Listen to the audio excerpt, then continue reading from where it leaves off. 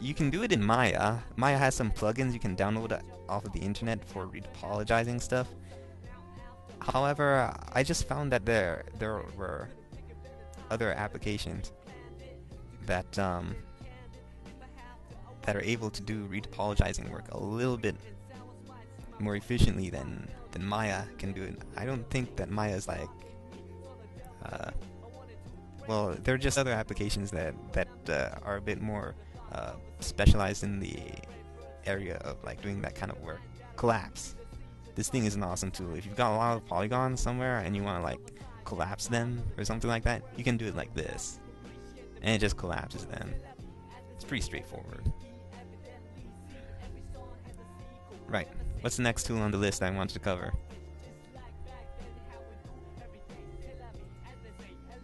Split rings.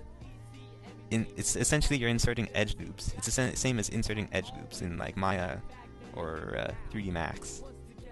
So again, pretty straightforward. You can also like move them. The move vertices tool, you can change how you want to select them and how you want to move them. If you hold down the the Alt or the Control button, you can like select a ring of like edges or a loop, an edge loop, and move them like simultaneously. Yeah, Control. But that's for like sliding edges. Like move vertices, there's like an independent option for that.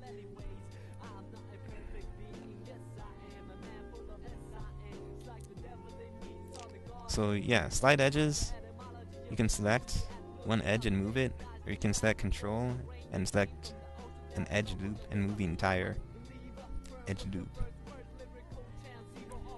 I'm not going to cover UV or commands right now, just covering the create and tweak tools right now, because well, those are the ones I use the most for doing this thing. Well, when you're finished like doing this thing, well, right now I'm going to like import my other model, because my other model is like further along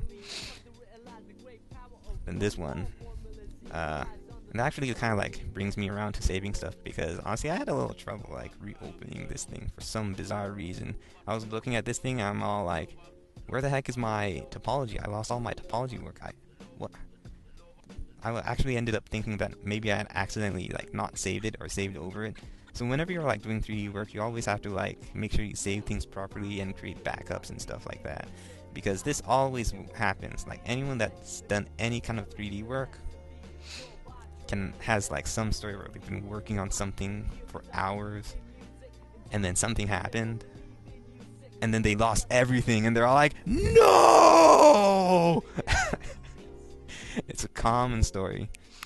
It's everywhere.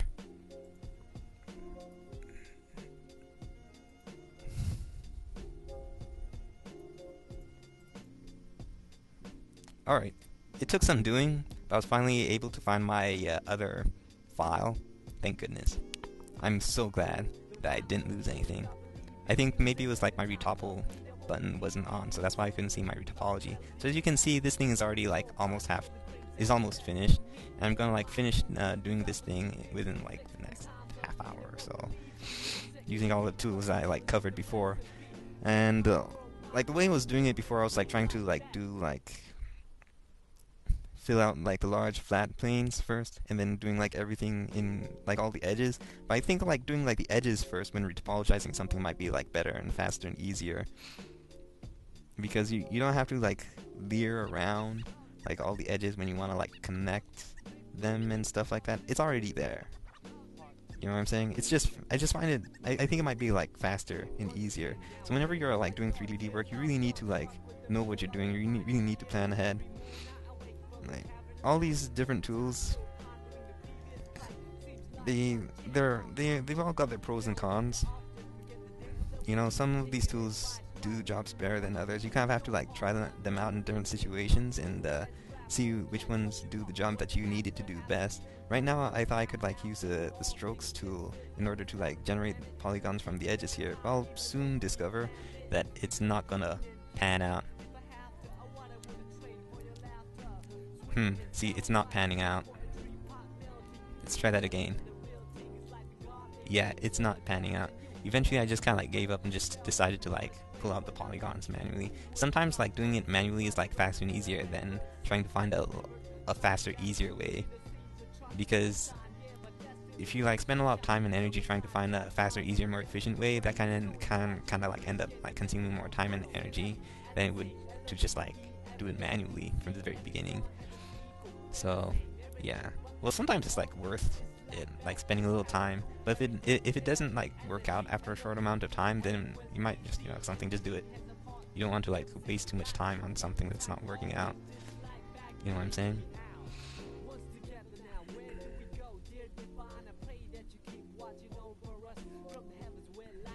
Yeah, for some reason, you see this polygon over here? Down around the middle over here? It wasn't working out. I could not figure out why this thing wasn't connecting. Well, I fought with it for a bit. I ended up discovering there's like another polygon down there. They're like overlapping each other. So you have to be careful of that. Things like that happen. You know what I'm saying? So yeah, I had to like, sometimes it's actually like faster and easier to like delete topology and just rebuild it, as opposed to like trying to figure out how can I fix this topology and make it work. It's unfortunate. It makes me sad. Okay, yeah, I just deleted it, rebuilt it. Works fine now. It's beautiful. Yeah, still trying. Gonna try this out, see if it works out. More strokes. Maybe it'll work this time. Yeah, no, it didn't work. I'll just build it. Sometimes it works out, sometimes it doesn't. I think it works better if you're working with like large flat surfaces, but it doesn't work. The stroke tool doesn't seem to work as well if you're like trying to go around corners and stuff, kind of like this.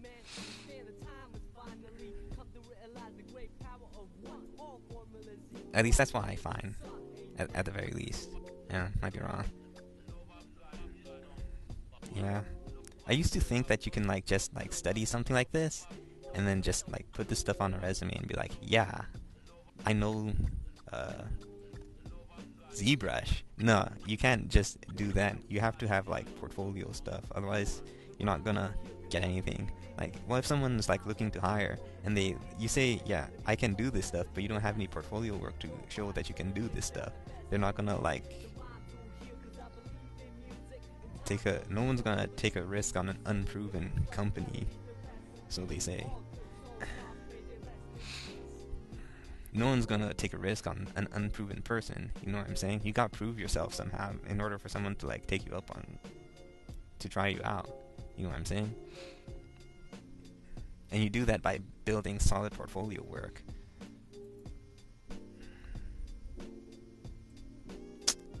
Yeah. So Maya's got a plugin for doing retopology stuff. But there are other applications that are better suited for doing retopology work. 3D Max has a retopology tool. It can actually do a lot of the stuff that the retopology tools in 3dCoat can do, actually. Some parts of it are a little bit more functional. Some parts of it are not as functional. Last version of Max, last kind of retopologing I was doing it with Max, or that I've seen with Max, I think there was like a glitch with it or something. Like the tools were pretty good. It was pretty functional and it was like good to work with. I found the controls to be a little they weren't as intuitive to retopologizing, and Max wasn't as intuitive as retopologizing in 3dCoat. But again, that's just me. That's my take on things. That's my opinion. You know what I'm saying? To each their own. You know what I'm saying? You gotta find stuff that works for you. Another person might find retopologizing in Max to be more intuitive than working with 3dCoat. Depends on the person. It's an opinion. It's a matter of taste. Yeah, here the toggle, the snap force is too high, so it keeps snapping to things on the other side of the mesh. I don't want it to do that, so I have to reduce the snap force so it won't snap to the stuff, or won't snap as much. I'll just leave it at like 1500 for now. Whatever. Okay, maybe I'll reduce it. Maybe 500.